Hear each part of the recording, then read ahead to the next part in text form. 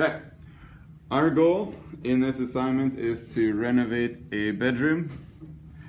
The size of the bedroom is not given to you. You are choosing the size of the bedroom. So on the bottom here, you have the general layout of the bedroom. It's just a fairly simple, straightforward rectangle.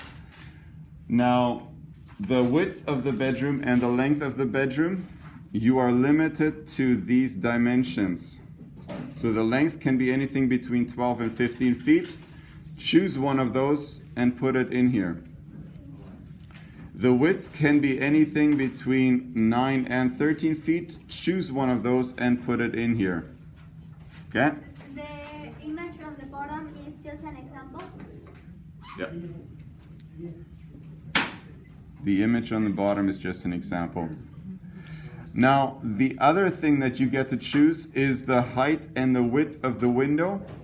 The height can be anything between 40 and 46. The width can be anything between 30 and 40. So again, you're choosing the width and the height dimensions of the window. But remember that those are in inches and not in feet. Okay, so just keep that in mind. They are in inches, not in feet. The height of the bedroom in total is 8 feet. So the height of the entire bedroom is 8 feet. So you want to do two things. One of those is paint the walls. And the second thing is do the carpet, lay a carpet. Okay? Now, for the carpet, you will get professionals to do it. Painting, you will do that yourself. And there's a difference between those, and I will show that to you, or I will point that out in a second. You have two choices for a carpet. You can either choose a soft carpet, $3.14 per square footage, and a thinner carpet for $2.96 per square foot. But both carpets are sold in 6-foot widths only. So we're back to assignment number 1, right?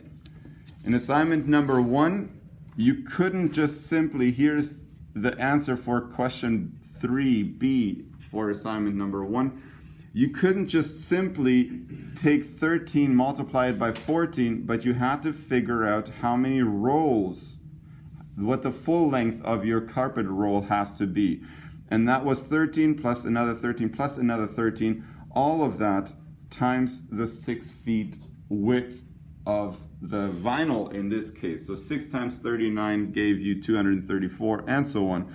Point is, when you cover this bedroom, the width of the carpet that you're purchasing has to be 6 feet. You can only get carpet in widths of 6 feet. Whatever you don't use, you have to pay for. You just don't get to use it. That's it. All right. So that's the carpet. Draw a diagram of your room with the carpet, including the waist. So it would look something like this. One roll, another roll, and here would be the third roll of carpet, 2, 4, 6.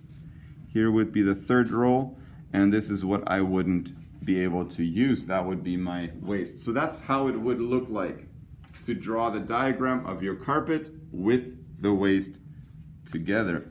Does that make sense? So, the second part of the first question, what is the cost? Please make sure that you calculate, this is per square foot, so that means you have to calculate an area of the carpet that you purchased for first, and then multiply it by $3.14 or by $2.96, depending on what you're choosing. Question number 2, so that's the carpet. Question number 2 is the paint. You will paint, again, each can of paint covers this much, and it costs that much, $42.99.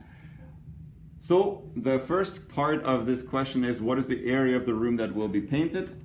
And that means that windows and doors need to be subtracted. So the area for windows and doors need to be subtracted.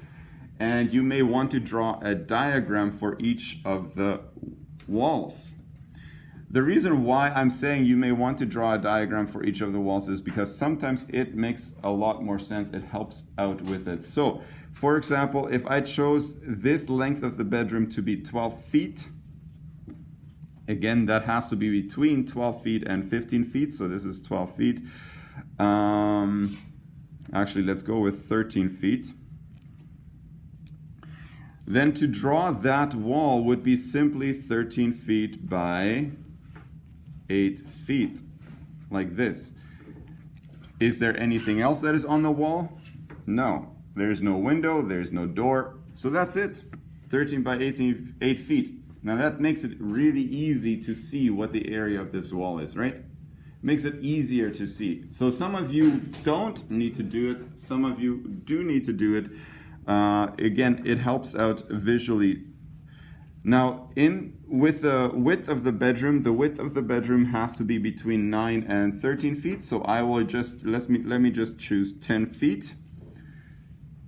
So if my width of the bedroom is 10 feet, then let me draw this out. And again, I will not do it to scale. You don't have to do it to scale in this case.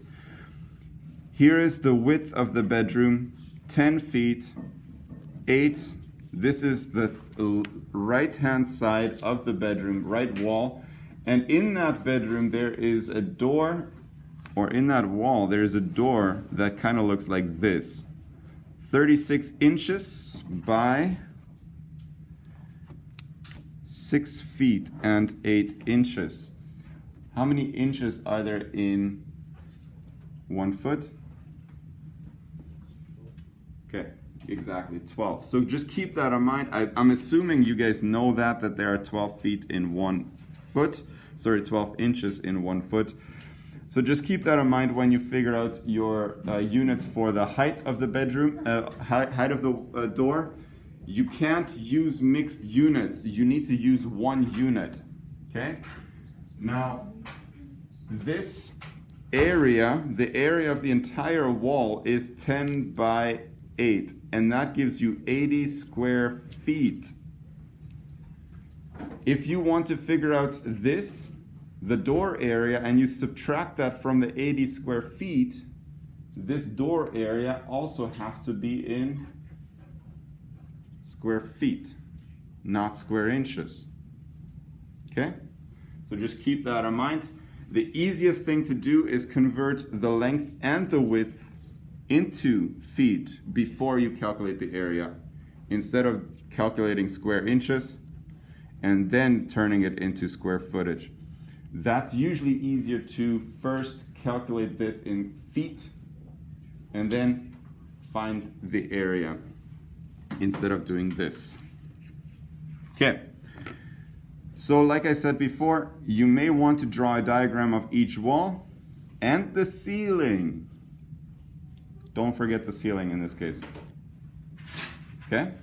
Yeah, you didn't have to look at it before today. Make sure that you include this ceiling in this area. Question B. Once you figure out the total area that needs to be painted, you will figure out how many cans of paint you need, and then the price for that. And remember, you cannot use 5.5 cans of paint. If you need to use 5.5 cans of paint, that means you need to buy 6. If you look at all of this, there is one more thing to point out: the fact that the paint job usually needs 2 coats. So far, so good? One final question. What's the cost? So now you will add the cost together, but including in this is also the charge of laying the carpet, which is $3.25. Okay. And here's where this becomes a little bit challenging, or like you have to think through this a little bit. First, everything, PST and GST, gets charged on everything that you purchase. So Manitoba laws require you to use PST and GST on everything that you buy. However, Manitoba laws state that labor only gets charged GST. Okay, so that means that when you figure out if I use this table here, when you figure out your PST and your GST, if you only have material, then these will be the same thing. So if you're only purchasing material, then those two numbers will be the same thing.